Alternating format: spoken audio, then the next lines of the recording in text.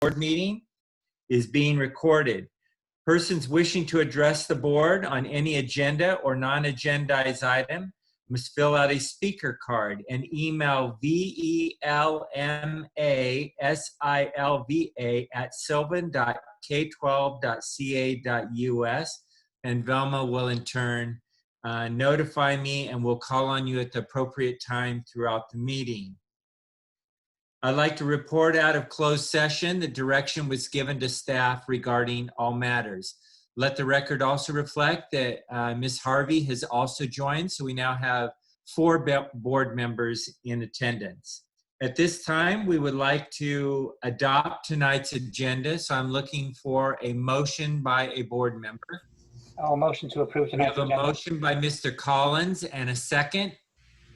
Oh, Mr. Raw. A second by Mrs. Harvey. Is there a problem, Mr. Frederickson? Yes, I'd like to request on the action item 10H that we remove that from the agenda. Okay, Mr. Collins, would you like to amend your motion to remove action item H as in Harvey? Not to remove Mrs. Harvey, but just item H.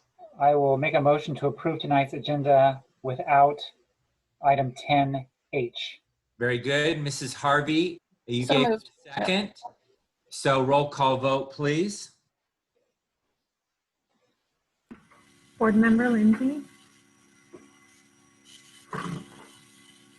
Aye. Board Member Collins? Aye. Board Member Harvey? Aye. Board Member Roth?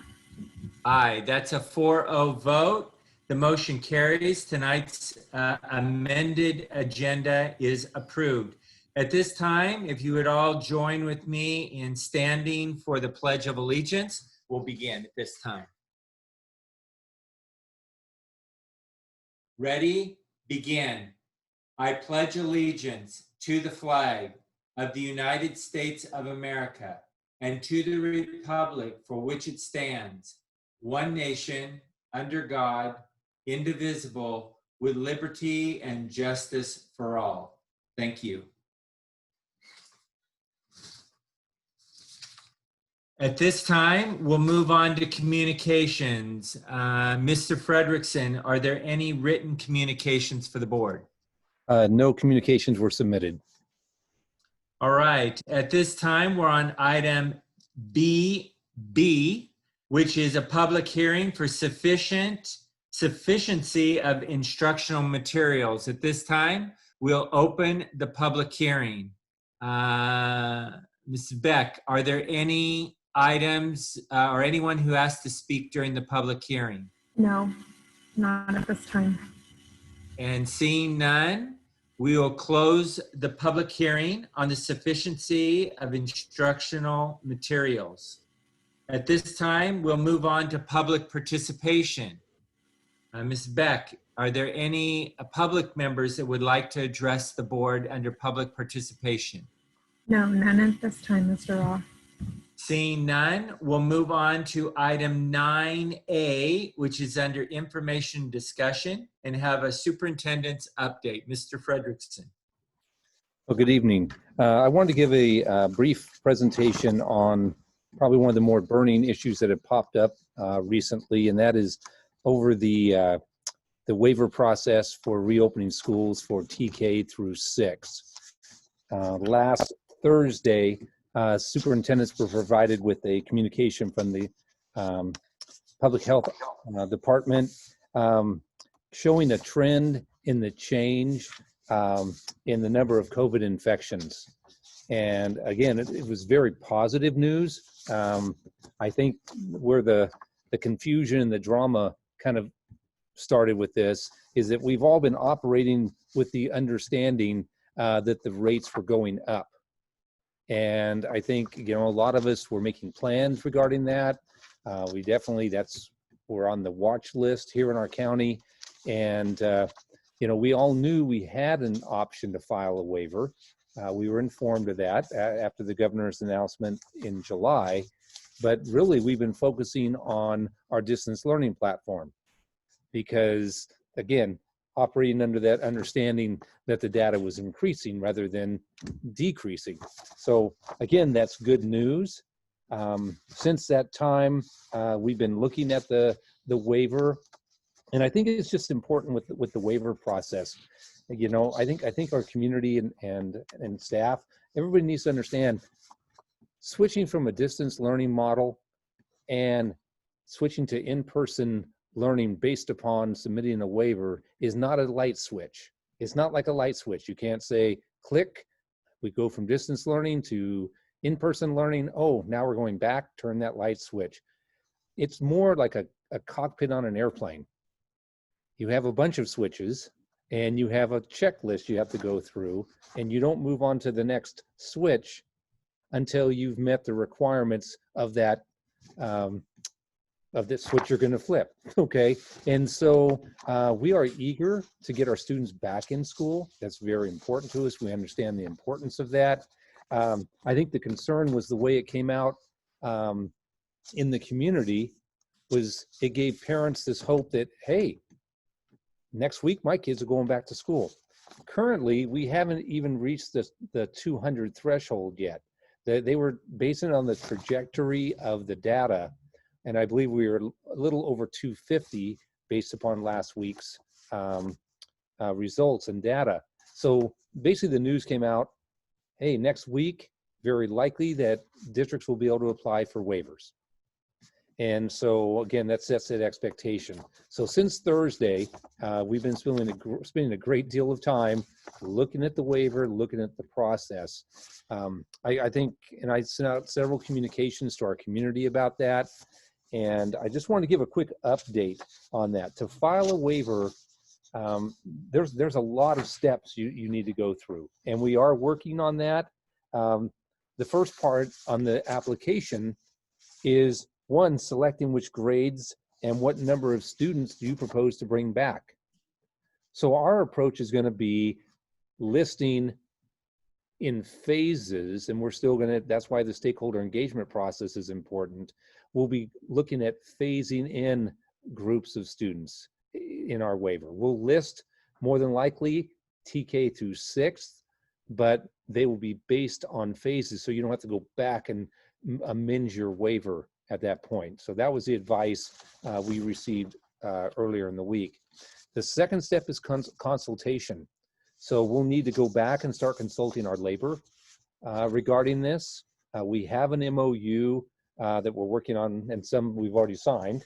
And and that's taken a great deal of work to get that developed just to implement distance learning. And it's been a positive process, but it's taken a while. And then the other part of the consultation is consulting with your other stakeholder groups, your parents and your community members. And again, the strategy we're taking with this, the timing is actually pretty good, because we're in the process of working on our LCAP document, which is due the end of September. And part of that process is engaging your stakeholders, one in on your distance learning and on your in-person instruction, and how to mitigate learning loss. So we already have set up meetings with our stakeholder groups, and we will just modify it somewhat so we can also gather some input from them regarding some of the requirements on the waiver. So again, that's been my communication, is that we will, have a measured approach to this, that we will follow the steps, but we're going to need to engage in stakeholder conversations first. But then there's another list of about 12 items that really reflect a reopening plan. And I think, reflecting, we were talking with Cabinet today, our district had been working on that prior to the shift of the announcement from the governor about moving to distance learning. We were doing all of the plans, getting ready to bring students back in person. For example, you have to talk about cleaning and disinfection policies. It talks about cohorting.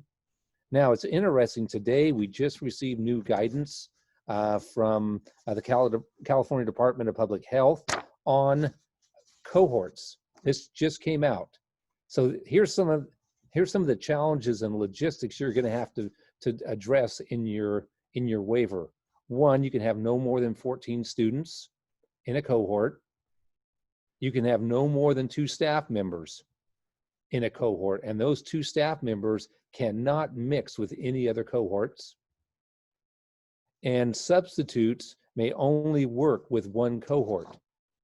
So that guidance right there, under just one of the requirements of a waiver, you can see the challenges logistically that we're going to have to focus on just to meet the one requirement under cohorts. And so I think, that's why this process, we're along the line of working with face coverings and other essential protective gear. That shouldn't be too hard to deal with. Then we have to deal with health screening for all our students and staff. That's a requirement. You have to teach healthy hygiene practices.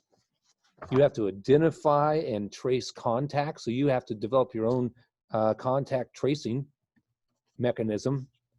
You have to ensure physical distancing. You have to train your staff and your families on this process. You have to test your students and your staff on a periodic basis. That is another huge endeavor that we would need to address. Then you have to look at triggers for switching to distance learning. So as you develop your waiver, you've got to address all the things I just mentioned, and then you have to be prepared if now you have to switch back to distance learning. You have to have a plan for doing that. So I think, again, we are very happy that the numbers are going down. We're praying that they all go all the way down below 100. That's our hopes. But there are districts in other counties that aren't even on the watch list that have decided to open with distance learning because of the challenges faced with bringing students back in person. So I just wanted our community, I wanted the board to be aware. We're dedicated to that process. We are going to move forward with that, and I will have more details for the governing board as we go deeper into each one of these waiver requirements. Again, it's about communication. I'm really pleased with the work we're doing for LCAP, and I think it'll work right alongside this. But anybody's hope that we're going to be bringing students back in the next couple of weeks, that's not realistic.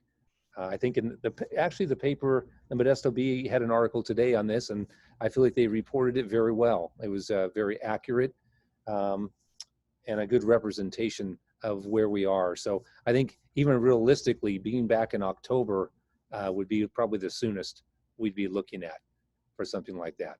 But I just want to give you an update, and I'm sure you'll be hearing about that in the community, and we'll be doing our best to communicate with our stakeholders. Great. Lizette, COVID funds. You want to make a report on how we're spending those COVID funds at this time? Yes, thank you, Mr. Raw. So I'm going to start with just giving a reminder overview of, we have $6.9 million of one-time COVID funds, a variety of a few different pots of funds.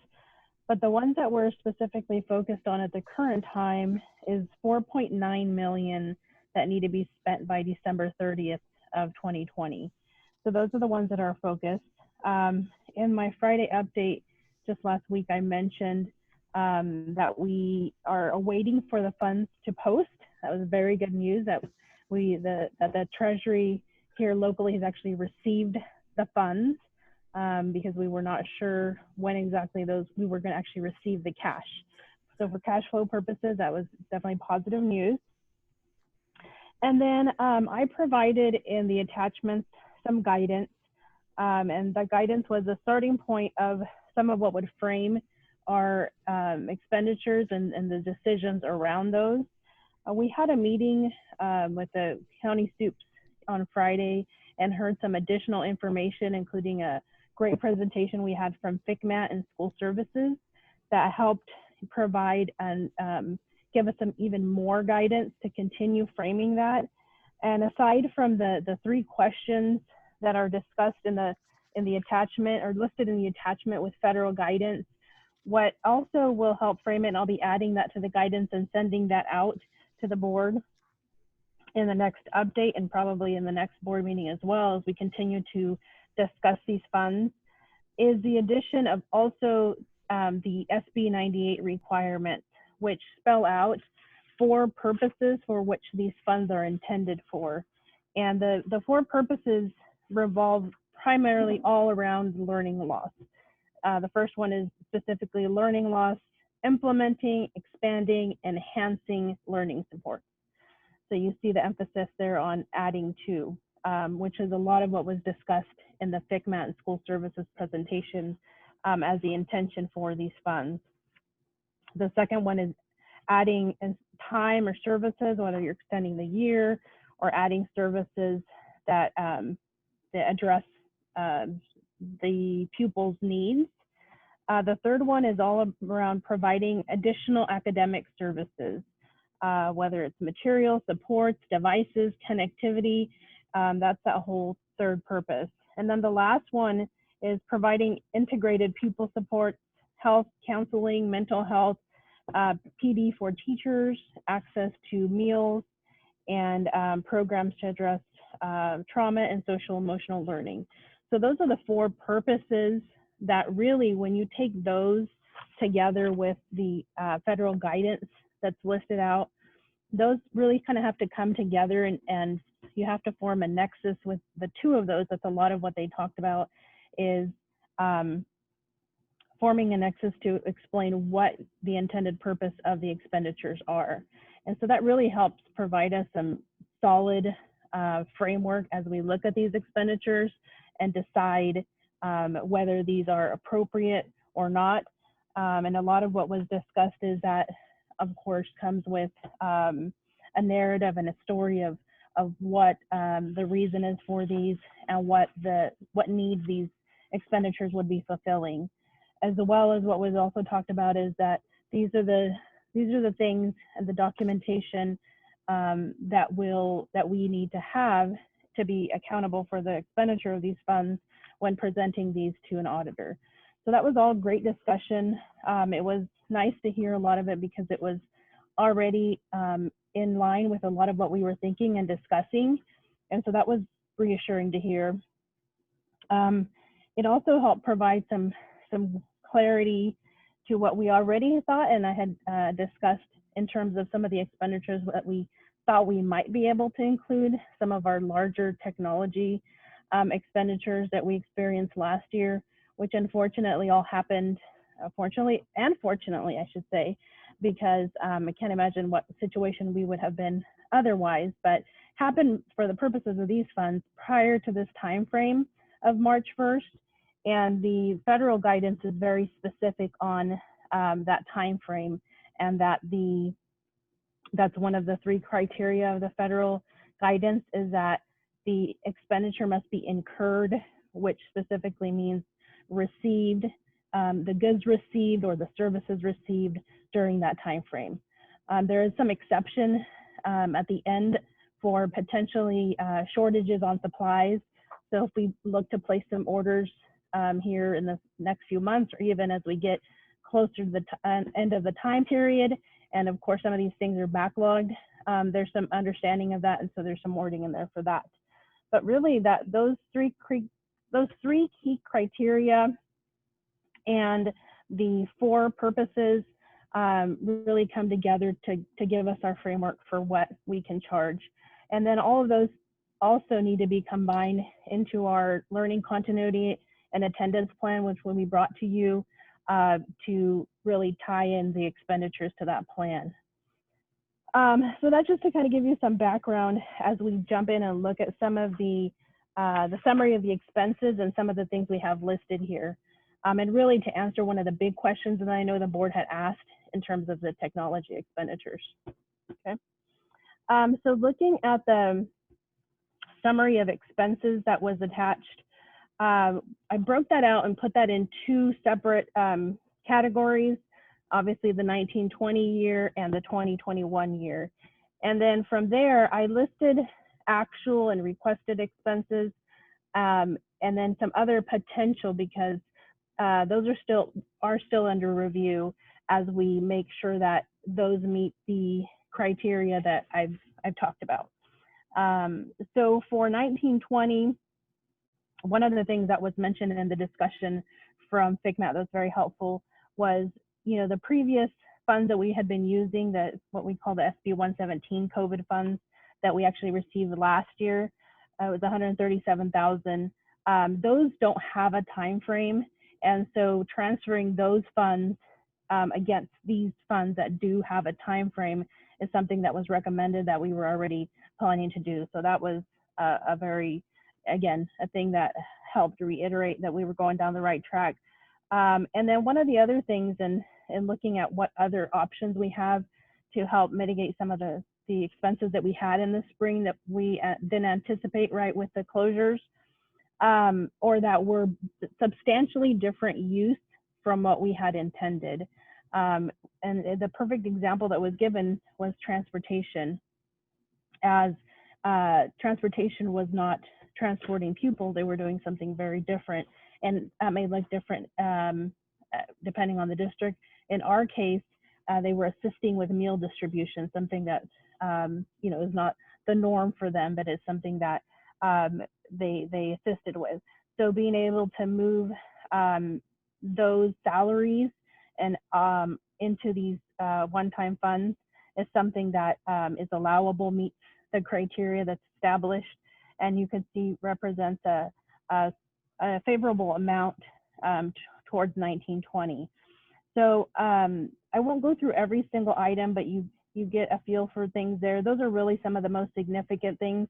And then I would just say for 1920, we're also looking at what other salaries would fit in that category of substantially different use, while also having that use be tied to those four purposes that I talked about. So that amount is yet to be determined. We're looking at those and making sure that, again, they fit the criteria, as well as other activity. And what I listed as the 4,000s and 5,000s, and I apologize, that was my accounting speak, but those are supplies and services, different things that we would have received or goods that would be related. So we're still looking at that. It's a lot of detail, and Lisa's been working hard to look at those and see what we can move over. And she'll be working on closing out the books this week, so we'll get these finalized. But you can see just from some of the preliminary numbers that we have there, we're looking at about 500,000 or so that we've identified that we would move and put into the one-time funds that would improve our ending position for 1920 and help us out in that way. And then looking at 2021, if you look at the list there, we have about 743,000 of both the purchases that were brought to you last meeting or the meeting before. No, that was a special meeting, I apologize. That 429,000. And then you can see a variety of different things, legal fees, different ed services requests, various special education requests as they prepare to bring back students for assessments and those types of things, and the anticipated costs and software to be able to provide some of those different things. And then as well, we have some also potential expenses that we're looking at, again, transportation and any other salaries, which look different in the fall because we have the majority of staff back and various staff, particularly in the classified arena, being reassigned and helping with other uses that we may be able to tie to those four purposes. So we're definitely looking at all of that.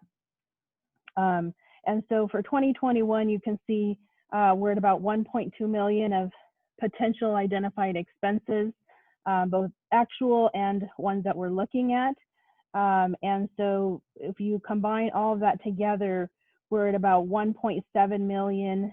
And I want to reiterate, this is a work in progress. We have a lot of to be determined and some estimates here of costs. And as I mentioned, we have 4.9 million that we need to spend by December 30th, which would leave us at about 3.2 million. Now, the other thing I want to point out, which we need to also factor in, and we're still waiting to hear more details on, is things like indirect cost that we can charge against these funds for the administration of these funds. And we're still waiting to get confirmation on all these different amounts and what exactly we can charge, as well as the impact of this to our routine restricted maintenance. As you know, we have to contribute 3% of total expenses. So if this 5 million expenses gets added on, then that's going to impact that required contribution. There's some discussion about that potentially being waived, but that is in discussion and potentially in upcoming legislation that may be proposed. So those are things that are still in the works that may change. Speaking of legislation, the other part of it that's in the works too and being discussed is just the extension of this time frame. So as we move forward and look at these funds and look at the balance that we're looking at, roughly in the neighborhood of 3 million right now, we have to consider, how we plan, how we address a lot of the needs that Mr. Frederickson was discussing as we look at reopening, as we look at bringing you that plan, and how we incorporate all those things into the plan for the utilization of these funds. And then the only other thing I wanted to mention, I was talking about routine restricted maintenance and the impact of that. These expenditures also have an impact to our bottom line and how our reserve is calculated, because the reserve is calculated as a percent of our expenditures. If our expenditures are going up, then the reserve amount that we need to have on hand also goes up, or is affected one time as a result of these one-time expenses. So I just kind of wanted to point that out and remind you of that as we think about this. And I think that is it. Are there any questions? Thank you, Lizette. Yes, Mrs. Lindsay, go ahead. You're muted, You're muted. Lindsay. Sorry, can you hear me? Yeah. Okay.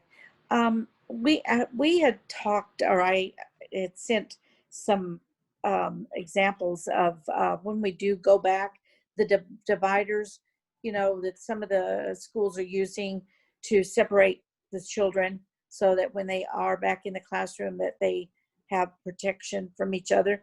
Have we considered that those materials if there's 4 to a pod and you need probably 6 or 7 6 at least per classroom, the supplies and all that in making those, will we add those into that? Will that be like prorated, or we buy ahead?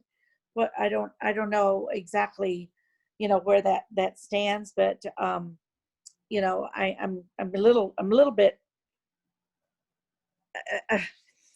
confused, because first, I'm not sure, do we have to have a waiver to go back at all, ever? And then the other is, are we going to have the protection between the children that we were told that we were going to have?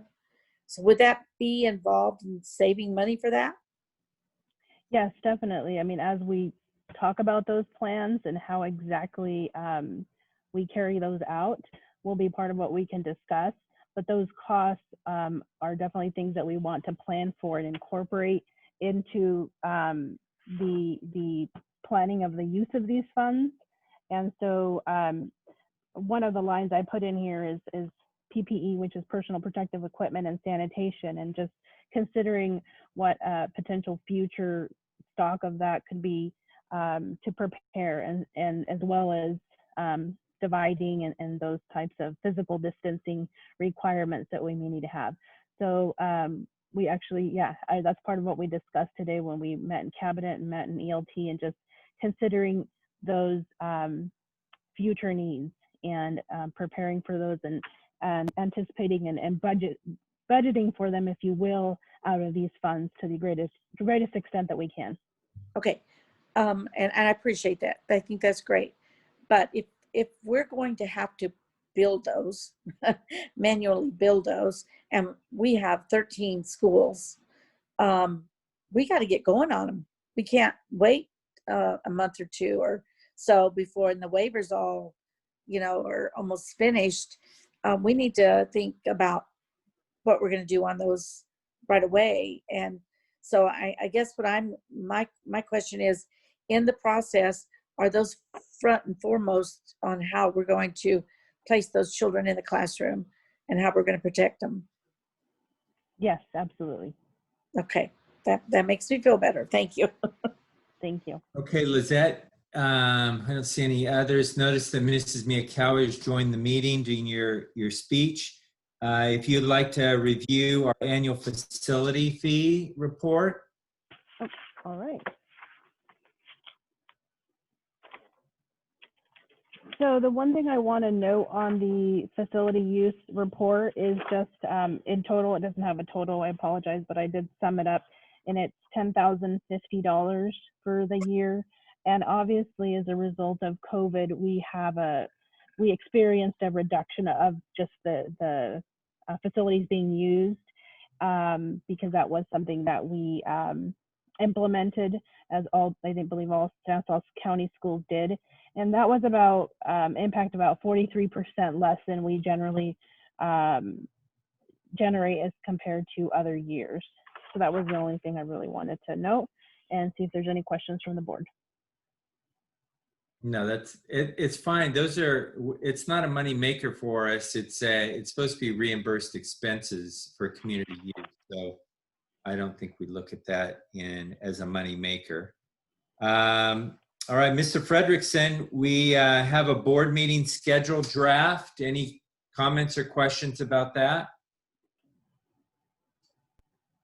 No, not unless the board had any other changes. I think we Okay. reflected the feedback you gave us at the last meeting. Okay, so we presented this at the last meeting, told all of you to submit your things to Velma, and she would incorporate them in, and she did that. So are there any questions as a result of all of her incorporations? Mrs. Lindsay. Yes, Mr. Raw, I'm having difficulty seeing that new calendar. Were we able to change the budget study session in April Yes. to a different time? Yeah, we incorporated them into the board meetings, regular board meetings as an hour before. And they're just as needed based upon what staff is. So rather than using it as a one-time date when we wouldn't even know if the government up in Sacramento would even have anything to us, we put it as potential 1 hour before board meetings over a period of 4 different board meetings. So when the information came in, we'd already have board members prepared to know that they would meet for a board meeting an hour earlier. Okay, thank you very much. With that.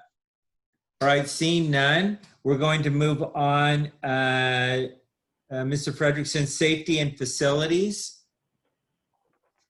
Yes, I'm going to have Lizette give you an update on facilities, nothing on safety.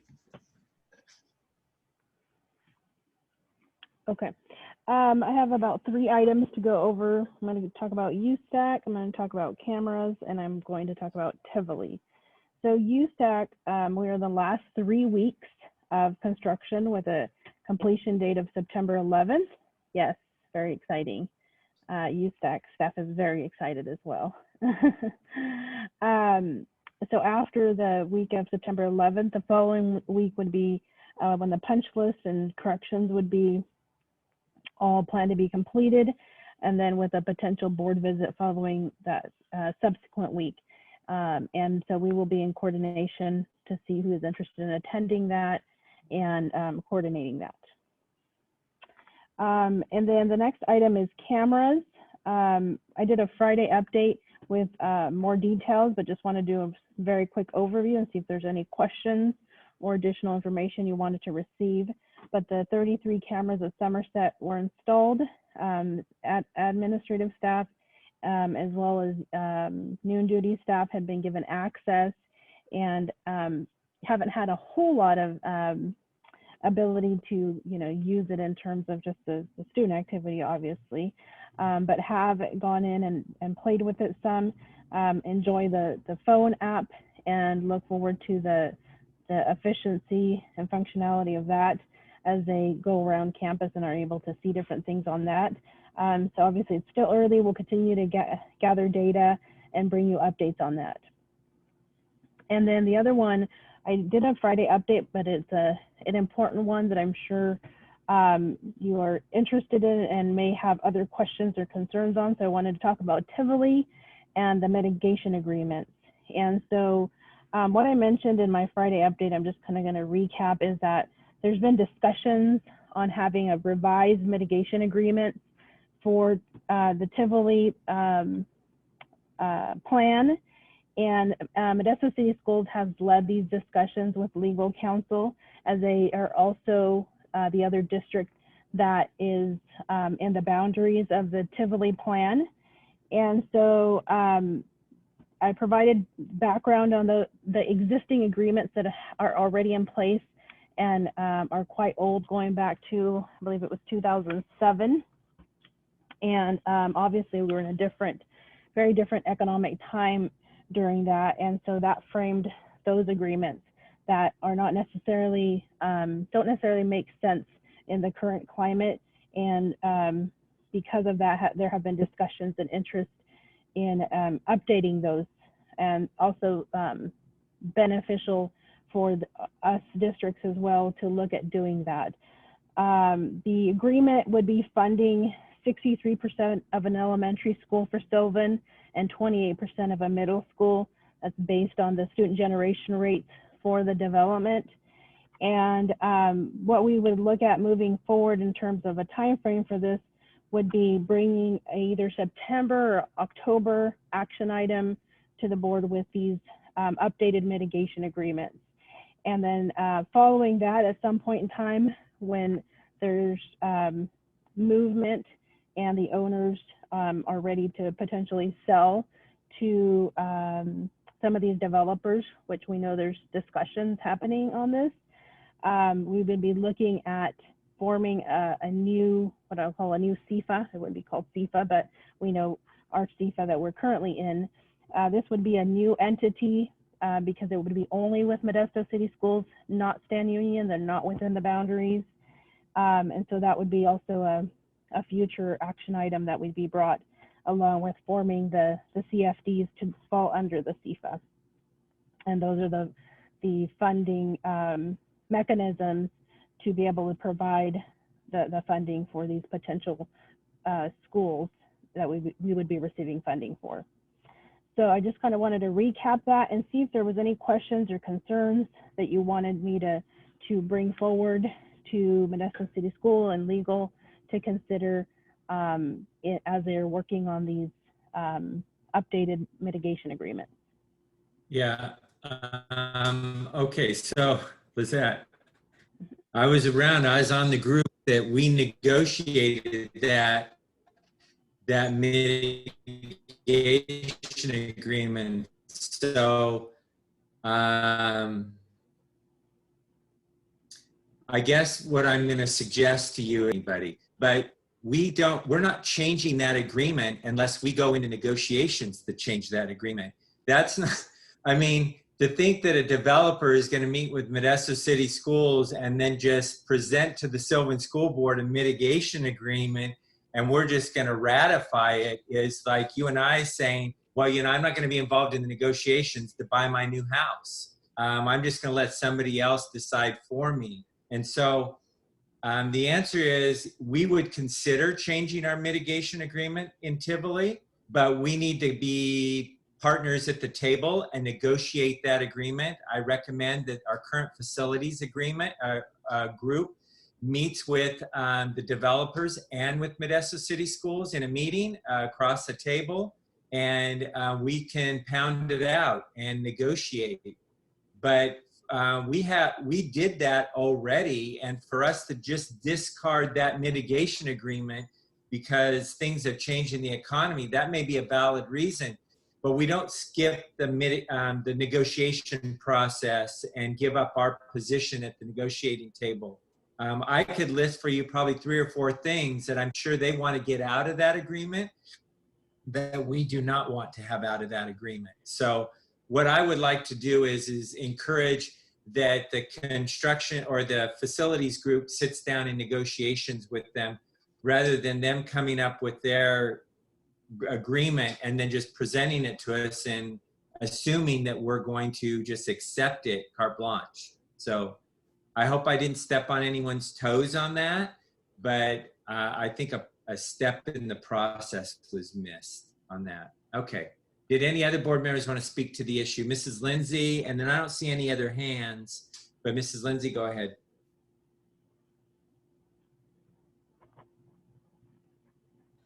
Mrs. Lindsay, you're muted. There, I'll try. Okay. George, at the last SEPA meeting, it was made really clear that, you know, Prop 94 is cleared. We returned our money for the Tivoli school. How are they, what are they proposing? Are they proposing, I mean, they were pretty clear that we were going to have to come up with all the money. And that's not, to me, is it the reforming? Will that carry over? Will there be, I mean, informing the new CFD, new SEPA, would they, would in Modesto City get money brought over from the 94? Or would they just start completely from ground zero? It would be Okay. a completely separate CFD. Right. So currently we have a CEFA organization and for the community out there, we have a CEFA organization. It's a board of 7 people represented by 3 school districts and a community member. And they oversee 3 CFDs. They're called 1994-1, 97-1, and 98-1. 94 deals with Village 1. 97 deals with Stanislaus Union, and 98 deals with Riverbank Crossroads area. What a schools agency does is they have the ability to go out and float bonds. And with those bonds, they then give school districts the money to be able to build the school based upon a predetermined mitigation agreement developed between the school districts and the developers. In turn, those particular the people who live in those areas get an annual tax on their property tax bill that pays these bonds back. Now, with good news, those of you who live out in Village 1, which is 1994-1, if you had your house built before 2010, you're not going to have any more property tax taken out on your house to fund SEPA. If you were built after 2010, I'm not going to be a prophet here, but the likelihood of you having that tax go away will happen in probably about 12 months, since there's only about a $500,000 balance on the bonds for 1994-1. 97 and 98, they have years to go on paying those out. They're looking to create for the Tivoli area, they're looking to create a whole new SEPA board, a new CFD that would fund the schools just in that location. The same is true in Riverbank across from Crossroads in that whole developed area out there, a potential new CFD and so forth. These mitigation agreements are designed to create the agency in which we'll do the bonds to fund the school districts. It's very important that the interests of the school districts and the property tax holders or property taxpayers and the developers are taken into account in this mitigation agreement. And that's why it's a negotiated agreement. So we create an environment that we can actually build a school. For example, one thing that would be very harmful to the Sylvan Union School District is notice that that CFD would only fund 60% of an elementary school. Yeah. Well, it's hard to build 60% of an elementary school. What goes? What do you not have a multi-purpose room? Do you not have a kitchen? Do you not have an office? Do you not have school classrooms? What gives in there? Because the school district doesn't have any funds from any other source to build the school other than this CFD that is being created. So we would need to work out the logistics of how we would go about building a 60% school, or what else could be negotiated. So that's why I'm suggesting that a representation from Sylvan School and Modesto City Schools and the developers meet and determine what is in the best interest of the taxpayers and the school districts and the developers in making a fair agreement. And we did have that with Tivoli, but we haven't done anything with it. It looks like they're asking to amend or write a new agreement, and that's why we would need to have our interests represented in that roundtable and in that agreement. So we're not just left with an agreement that we must comply with, that we didn't have any say in creating. Okay, George, was Enoch's part of that Tivoli property before? The answer is no. Enoch School was fully funded between 50s, 94, 97, and 98-1, and they also floated their own bond to make up the difference for that particular school district. So whatever would be for a new high school, a new elementary, and a new middle school, but And only portions of which. My question to you is, when we gave up our money out of 94 for over by for our elementary next to USTAC, we were told that it would be the responsibility of the school district if we ever did build a school in Tivoli, because remember we moved it to Tivoli, but then we gave up the money out of 94. So will we start back at zero, or what will happen?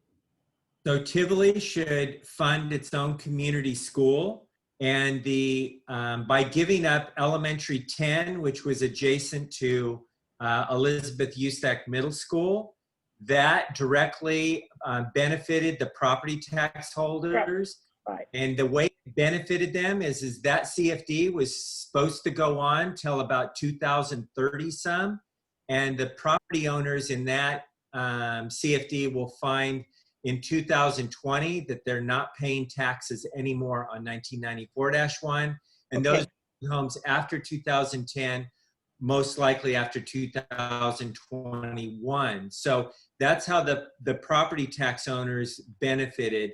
And the school that would be built in Tivoli would not be paid for by people who live in 1994-1, but by people who live in the new Tivoli area. Okay, all I'm saying is, at the last meeting, when we talked about this, about, you know, the property taxes and returning the money and the end of 94, there was a statement made at the CFA meeting which said, if school 10 is, or elementary, whatever 11 would be, if it's built, it's the full responsibility of Sylvan School District. That was one of the comments made. I don't know if we need to go back and listen to the minutes, but I don't think they're planning on us getting any money out of that. Well, I think it's a use of words, Mrs. Lindsay. The Okay. Sylvan School District is responsible to pay for any new facilities that they build. However, the Schools Infrastructure Financing Agency, which runs CFDs, fund that obligation for a school district to pay. So that is something, the percentage is what would be negotiated in that agreement. So yes, the district always pays for the school, but they get their money funded through property taxes and from bonds that are floated at the state level to fund new school building. Okay, all right. I was just a little concerned that in their mitigation of their new MOU or whatever it is they want to do, that was their their mentality, that they were going to cut us completely out of any of the property tax money. No, that's why we want a place at the table to make sure it's a fair agreement to all three interested parties: the district, the developers, and most importantly, the property tax owners, or property tax, or I homeowners. would suggest that you and I, since we're on the CFA board, that we ought to certainly be involved in that meeting. Well, you can't, right now, the facilities committee is Mia Kawa and myself, But if the board wants to change that committee, that's a committee that we do annually with the Sylvan School Board, just as we do who's on the CFA board, who represents the foundation. But currently that makeup is Mrs. Miyakawa I and thought I. that was just over USAC school. No, that's over facilities in the school district. It's called a facilities committee. And we go over meet as needed with Lizette to discuss facility issues. So I think this is a little bit different because this is more under the CFA umbrella than facilities, I think. Okay, Mrs. Miyakawa, I can't see your face on the screen. So if you want to give up your seat at that No, I'm table. not asking for that, George. I Okay. don't care about the facilities. You guys want to continue to do your facilities thing. I just think that we as the CFA board members needs to be involved in that mitigation. Okay. All right. What I do? I guess I could poll board members, and I can't see Mr. Collins. Do you have any thoughts on this? I think my thoughts on that are, because these are similar but separate, it's probably a good idea to keep this new mitigation discussion separate from CFA as much as possible, so that there's not necessarily a reason to have the exact same folks or the CFA group carry over into the new mitigation. If that's what my understanding is, I think a different group. Okay, I withdraw my comments because obviously it's not going over. So I just thought because it's going to transfer into another CFA that, and we're on the CFA board, that would be a part of CFA. Well, Mrs. Lindsay, that's not exactly the case. There will be a whole new CFA representative for Tivoli and a whole new CFA representative for Riverbank. They don't necessarily mean that they're the same people each time. I mean, I don't really anticipate that I would necessarily be on that board. So I don't know. The only reason I said that, George, was because you and I was in the beginning of the very first 94 when you were involved with the others, and I think we know what to look out for in the mitigation process. But if no one else feels that way, then I remove my request. Mrs. Lindsay, let me ask 2 additional board members first. Mrs. Miyakawa, any comments on this? Yeah, so I mean, I can understand this does seem like a hybrid where it kind of applies to both. So I'd ask Lizette is how much, I only sat in on maybe 2 CFA meetings in the year that I was on that committee. So how much would that background, knowledge help to make these decisions? Because it's a facilities question, but it's with a lot of that, CFD, CFA background knowledge. So what are you recommending, Mrs. Miyakawa? I guess I need to know from Lizette, how helpful would it be? I need a little more information before I can. Well, Mr. Raw probably can comment as well, but I can tell you, I mean, facilities and facilities funding is it's a whole world of its own. I'm still, I have a learning curve on much of this, and have learned quite a bit already with the activity that we have going on here. So I think it's just a matter of understanding what Mr. Rob pointed out is representing the interests of the district and asking questions in terms of how the agreements impact the funding of potential future schools. So if you come with that background and the understanding of how that's funded and how that works, and just some of the negotiation piece of that, and I would actually be with the owners, because these discussions right now are not yet with the developers. These agreements would be with the owners or the owner representative. Then I think that gives you a good background if you feel you have a solid understanding of that. Would that be similar, George, to what we just did with Crossroads West? Because we sat down with the owner. Exactly. exactly what we're doing with Crossroads West, except for in Mrs. Miyakawa, in Crossroads West, we have not even got to the point where we have signed an initial mitigation agreement. So Okay. where on Tivoli, we actually signed the agreement. We negotiated it, we signed it, and we have it in place. Okay. But everything, we actually then bought the school site in Tivoli, and then then everything changed in the economy and Tivoli didn't move forward. So now we have what they're claiming is a stale mitigation agreement that they want to freshen up. I see. And Yeah. actually, let me chime in on this and let you know that the owner representative for both is the same owner for the vast majority of the ownership of these areas. It's the same representative. So there's an interest, and I mentioned that in the Friday update, of also potentially applying the same agreement to Crossroads West, and that this new SEFA would be both for Tivoli and Crossroads West. So that's Yeah. That's kind what I of was the going to ask you. planning. Why couldn't they be all for three? Because you need that third person. You can't have two votes. But if one voted no and one voted yes all the time. Yeah. Yep. Okay, so we have a Yeah, so recommendation, Mrs. Miyakawa, before I go to Mrs. Harvey. I'd like to move this along pretty. George, just take it off the table. Just forget that I even mentioned it. I don't care. I don't. It obviously is.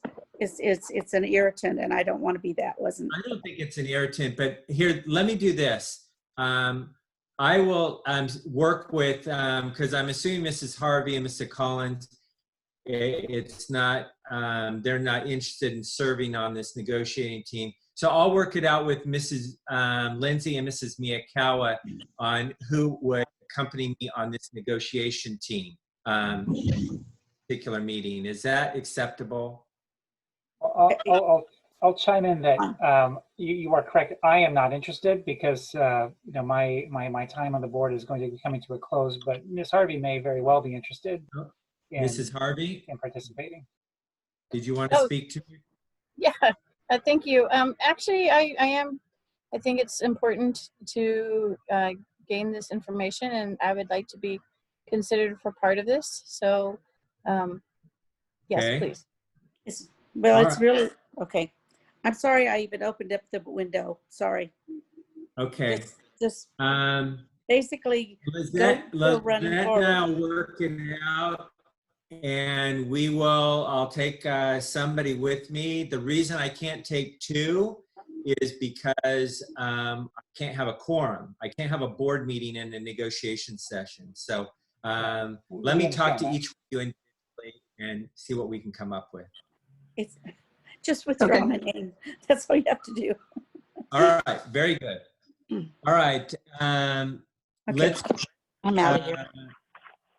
Pardon me?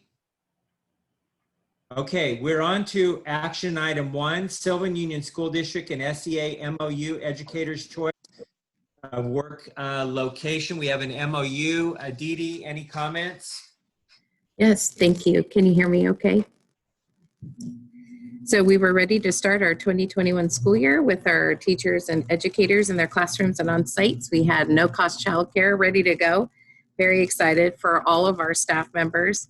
And sadly, the district was not able to obtain a waiver from the licensing department that would allow us to provide that. So this MOU is a response to that to offer educator choice of work location and is presented for the board's approval.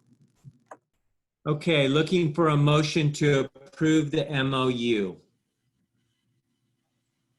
I'll We have make a motion to approve the MOU. Lindsay, and a second by Mr. Collins. Roll call vote, please.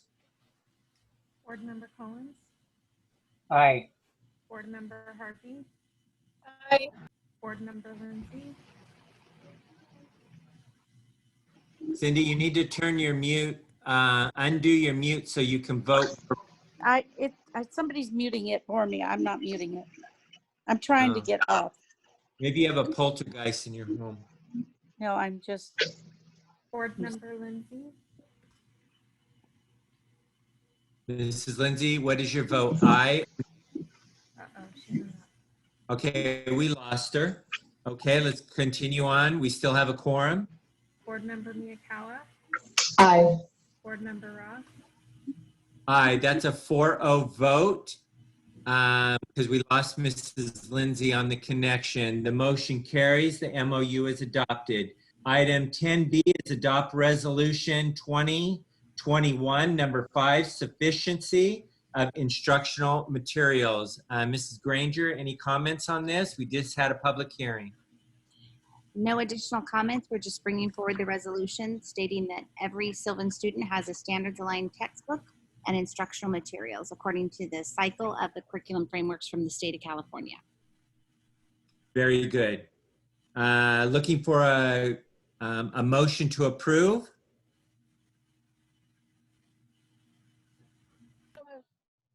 We have a motion by Mrs. Harvey and a second. Second. Second by Mrs. Miyakawa. Roll call vote, please. Board Member Collins, Aye. Board Member Harvey, Aye. Board VP Miyakawa, Aye. Board Member Lindsay, Looks like she's still disconnected. Board President Ross, Aye, that's a 4-0 vote. The motion carries. The resolution is adopted. Maybe staff could text Mrs. Lindsay and see if she needs any help getting back on. We're on to item C, appoint a board member to the subcommittee for filling board vacancy in December of 2020. So as many of you know, Mr. Collins is not seeking re-election. And as a result, there was also nobody who put forth their name on the ballot. So it falls under the category of failure to elect. There are board policies associated with this. And basically what will happen is we will post in newspapers, we'll get the word out in the community that we're looking to fill Mr. Collins' seat. And after we collect applications, a board meeting will be set where in public, the board members will interview the candidates and select the new board member, and then the board member will be sworn onto the board.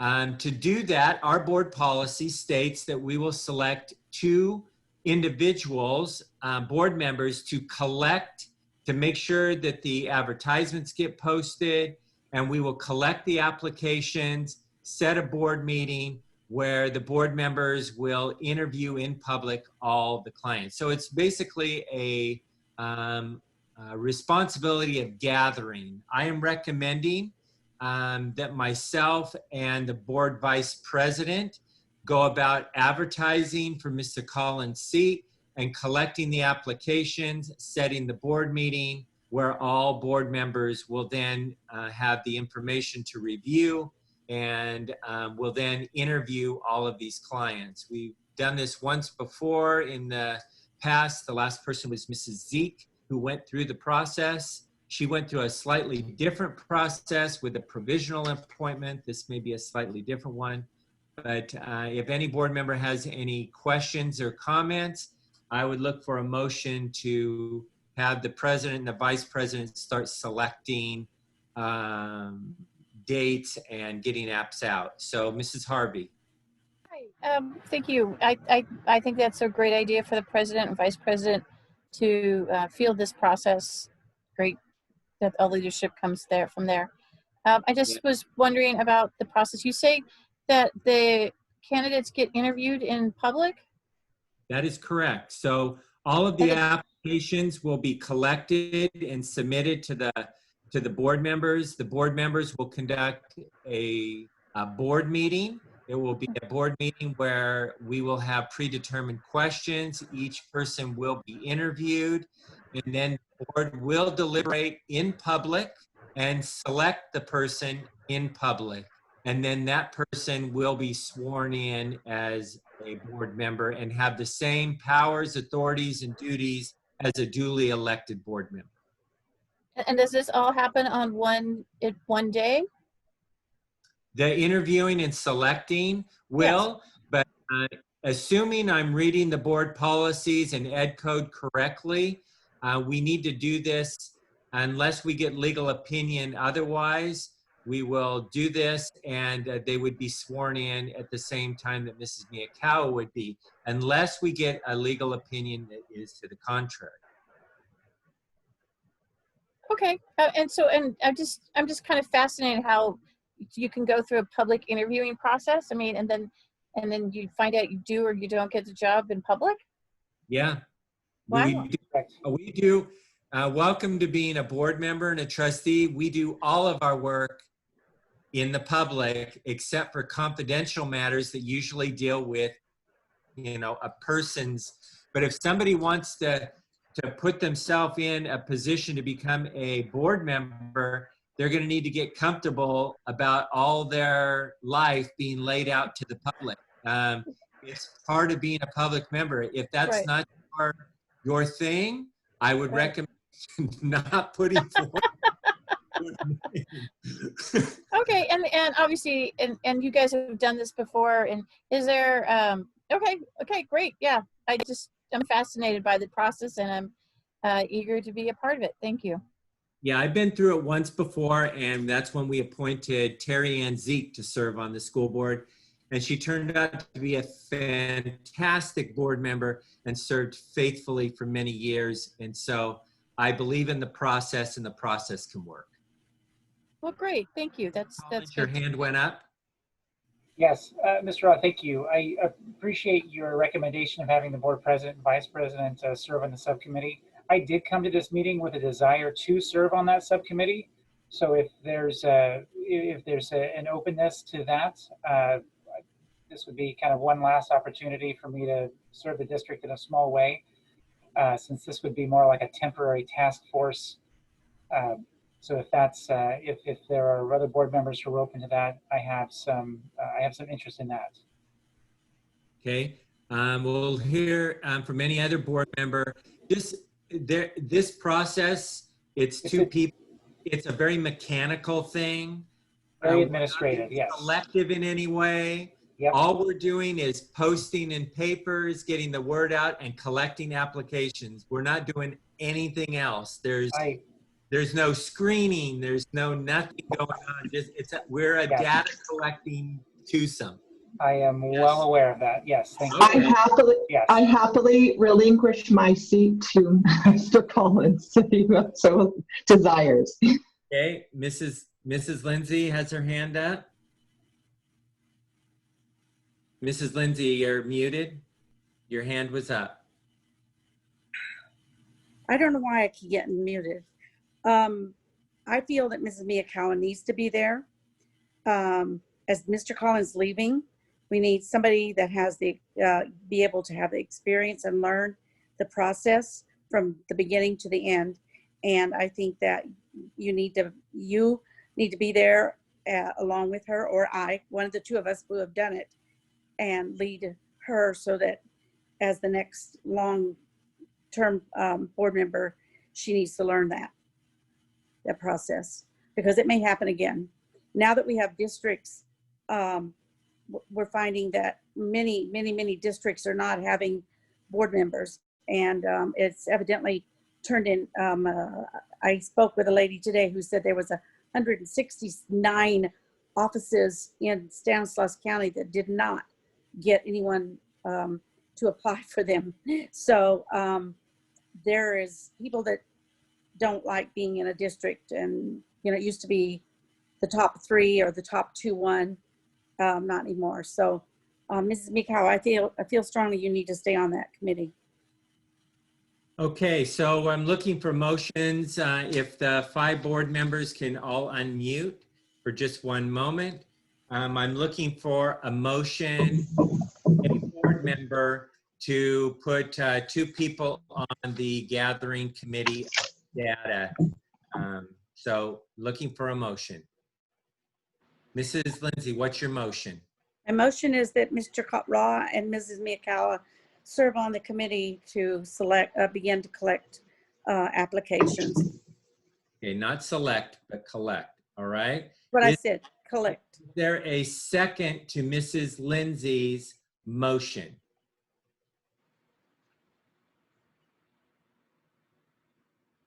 Okay, I don't hear a second. Is there an on the floor that somebody would like to make for this particular process? Mr. Ra, I'd like to recommend or make the motion for Mr. Collins and yourself to field this process. Okay, we have a motion by Mrs. Harvey for Mr. Collins and myself to be on this committee. Is there a second? I have a comment.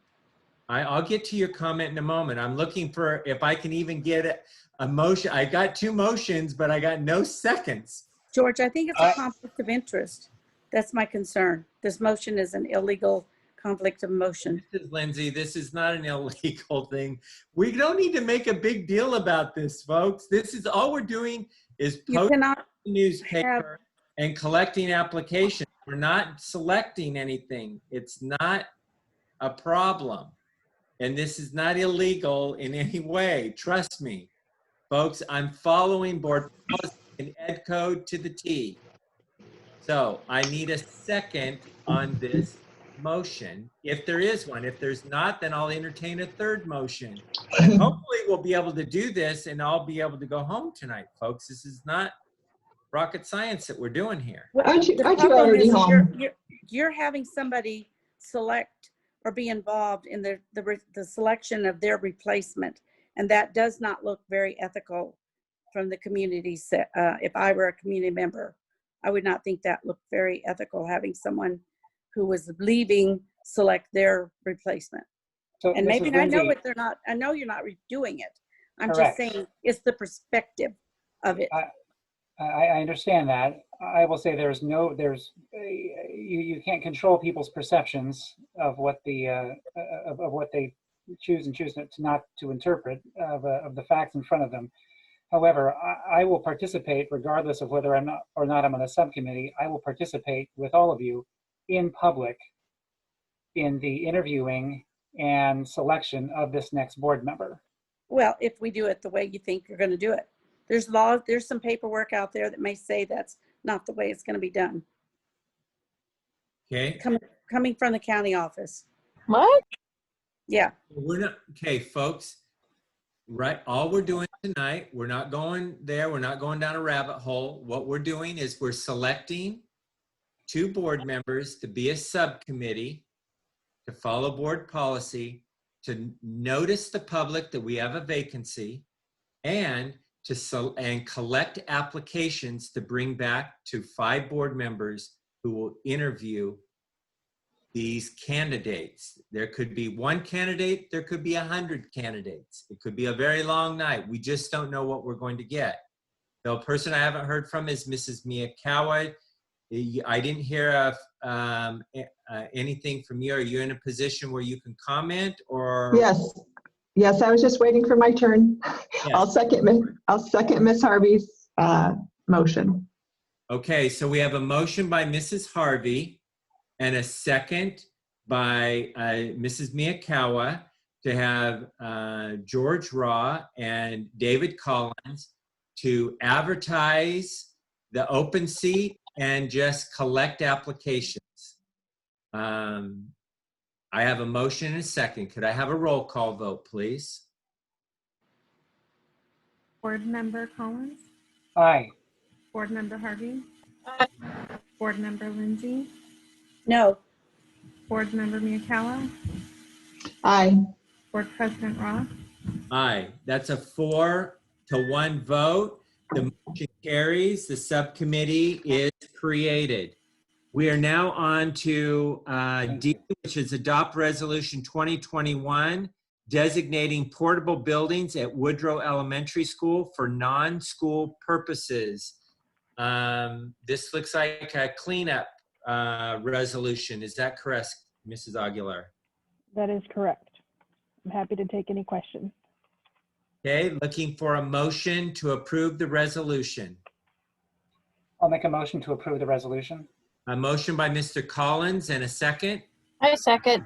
Second by Mrs. Harvey. Roll call vote, please. Board Member Collins, Aye. Board Member Harvey, Aye. Board Member Lindsay,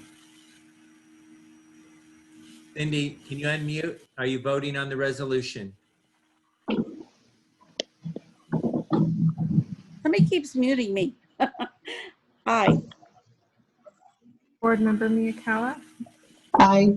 Board President Ross, Aye, that's a 5-0 vote. The motion carries. The resolution is adopted.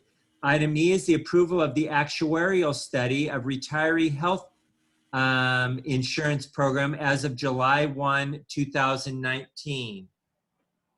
This is our actuarial study, I believe, Mrs. Aguilar, that comes to us every couple of years. And that we actually, it's what drove us to create our retiree health benefit savings account that we have currently. So is there something you want to add to this? Nope, you got it. You got it, Mr. Ross. That's exactly. All right, are there any questions by board members? If not, I'm looking for a motion by a board member. So moved. Moved by Mrs. Harvey, and a second, please. I'll second. A second by Mr. Collins. I almost gave you a Mrs. on that, Mr. Collins. But I was just in touch with your sensitive side. I So- appreciate that. Yeah. Very good, very good. Roll I call. wear it on my sleeve. Yeah. Very good. Roll call, please. Board Member Collins, Aye. Board Member Harvey, Aye. Board Member Lindsay, Aye. Board Member Miyakawa, Aye. Board President Ross, Aye, that's a 5-0 vote. The motion is carried and the item is approved. We're moving on to item F, approval of MITEL phone support with DataPath. Mrs. Aguilar. Yes, Mr. Ross, thank you. So this is a agreement for DataPath DataPath has virtually completed the installation of our new Mitel phone system. And this would be phone support to follow and maintain our new system, provide annual upgrades to it, help maintain and troubleshoot any outages, as well as updating the system auto attendance, and then just do some troubleshooting. The other part, that's the last item listed there in the statement of work, is performing a phone services audit with AT&T to do a detailed review of all of our lines and our billing, and to be able to identify any potential unnecessary lines and identify some potential savings with that audit. So that would all be included in this agreement. I'm happy to take any questions. Questions by fellow board members? Seeing none, looking for a motion to approve this item. So moved. We have a motion by Mrs. Harvey and a second. I'll second. Second by Mr. Collins. A roll call vote, please. Board Member Collins, Aye. Board Member Harvey, Aye. Board Member Lindsay, Aye. Board Member Miyakawa, Aye. Board President Ross, Aye, the motion carries with a 5-0 vote, and item F is approved. Item G is approval of the subscription quote for VIR-TRU Corporation. Mrs. Reed, are you speaking to that or is somebody else? I am. Can you hear me okay? I am, but you look like you're Well, like because a otherwise she's dark like a room. fan going in my head. So, woo! Okay. So thank you. I'm presenting to you for approval tonight a 12-month subscription for Virtue, which is a Google extension for identified users in Sylvan District. So we're able to send and receive encrypted email to ensure confidentiality and ensure sensitive information is safe as we are doing so. I provided details in last Friday's board's update, and do you have any questions? Are these going to be covered by COVID funds then? Because this is not Yes. something you normally get do. This would be the Learning Loss Mitigation Funds. Mhm. Very good. All right, looking for a motion to approve. Oh, Mrs. Mrs. Lindsay has a question. Yeah, Marty, I know that in some of the districts that they're not covering the teachers at home, their protection, like we have at the schools with our, our, I don't even know what you call it. David probably knows. It's like a V something, a VR something or something like that. But are these teachers having to go through that, jump through that hoop like other districts are having to, where they have to prove that they've got the certain strength of Wi-Fi? They have to prove that they've got this security on I can actually speak to that. Okay. So all of our devices, they're all using district devices. They're not using their home devices. And all of our district devices have an endpoint on them that DataPath is monitoring 24/7. So even though they are at home, they are still being monitored, and we are actually able to remote right into their device and check any activity that might be happening. So did we install that before we handed them out to the teachers? That has been installed since the data breach. Okay, that's so smart, Marty. You're just on top of it. Thank you, girl. We can thank DataPath for the support. Well, For a motion thinking out of the box. Thank you. Looking for a motion to approve. I'll make a motion to approve, and I'll say, Mrs. Reed, I believe that wherever you go, you bring the party with you, so that wouldn't surprise me at all. Thanks. Okay, we have a motion by Mr. Collins and a second, please. Second. Second by Mrs. Harvey. Roll call vote. Board Member Collins, Aye. Board Member Harvey, Aye. Board Member Lindsay, Aye. Board Member Miyakawa, Aye. Board President Ross. Aye, that's a 5-0 vote. The item is approved and carried. We're going to skip item H because we removed that off of our agenda for tonight. We're on to item I, approval of amended Exhibit 9270, Conflict of Interest Code. Mr. Frederickson, are you handling that? Looks like we added just a few names to the list. Yeah, it's just the biennial notice letter that we have to submit. And we had a couple of positions that the titles changed. So we had to reflect that with our operations of the director of maintenance and operations, the supervisor for food services, and the supervisor for childcare. So this form just reflects the changes to that. Good. It's cleaning up the document. Looks good. Looking for a motion to approve. So moved. We have a motion by Mrs. Harvey and a second. I'll second. Second by Mr. Collins. Roll call vote, please. Board Member Collins, Aye. Board Member Harvey, Aye. Board Member Lindsay, Aye. Board Member Miyakawa, Aye. Board President Ross. Aye, that's a 5-0 vote. The motion carries. The item's adopted and approved. Item J is approval of construction expenditures. The board members have questions on any construction expenditures. Seeing none, I'm looking for a motion to approve. I'll make a motion to approve.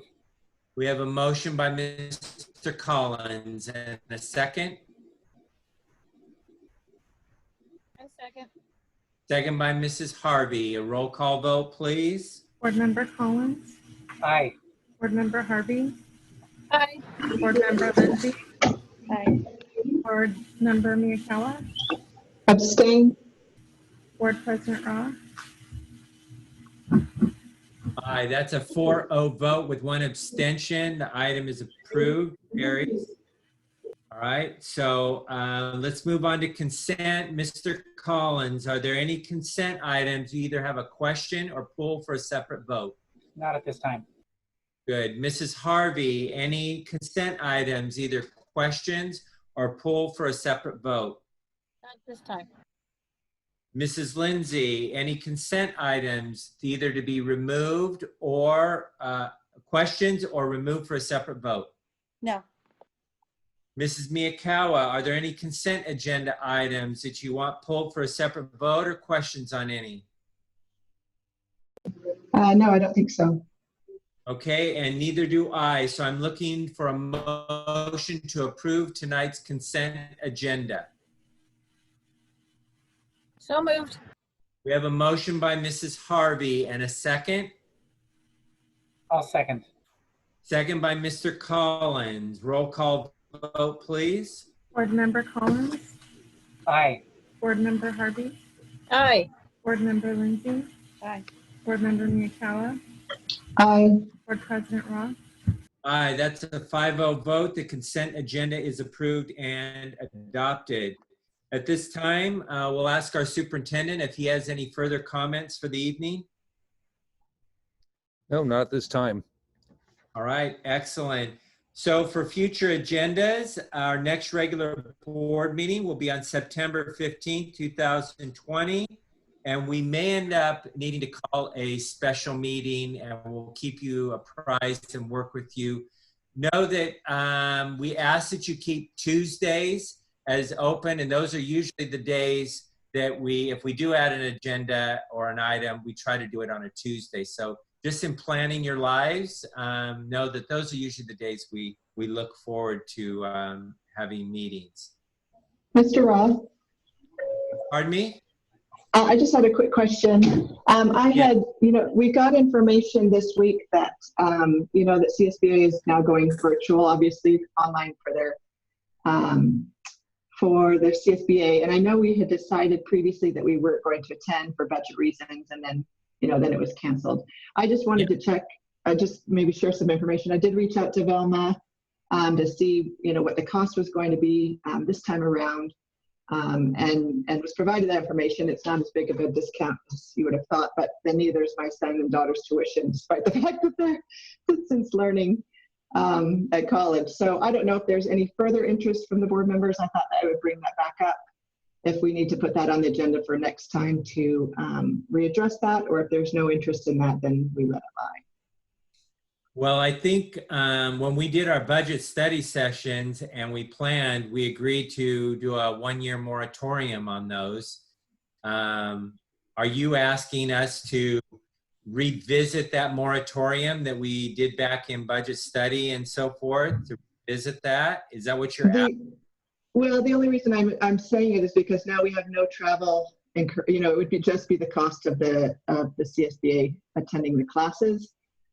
Versus the travel and the hotel and the food, it would be a significantly less, less of an expense. So. Well, if you want, you have the authority as a board member to add anything to an agenda. So I don't need to get a consensus, but I will say this to you in thinking, I want you to think about it, and I don't want it to come across like I'm pushing my opinion or weight around, but we will be setting up board meetings in the near future where we still have to cut a couple of $1 million out of our budgets. And so I think what you're asking is that we restore some things, even though we're still going to be having board meetings where we're going to be cutting things.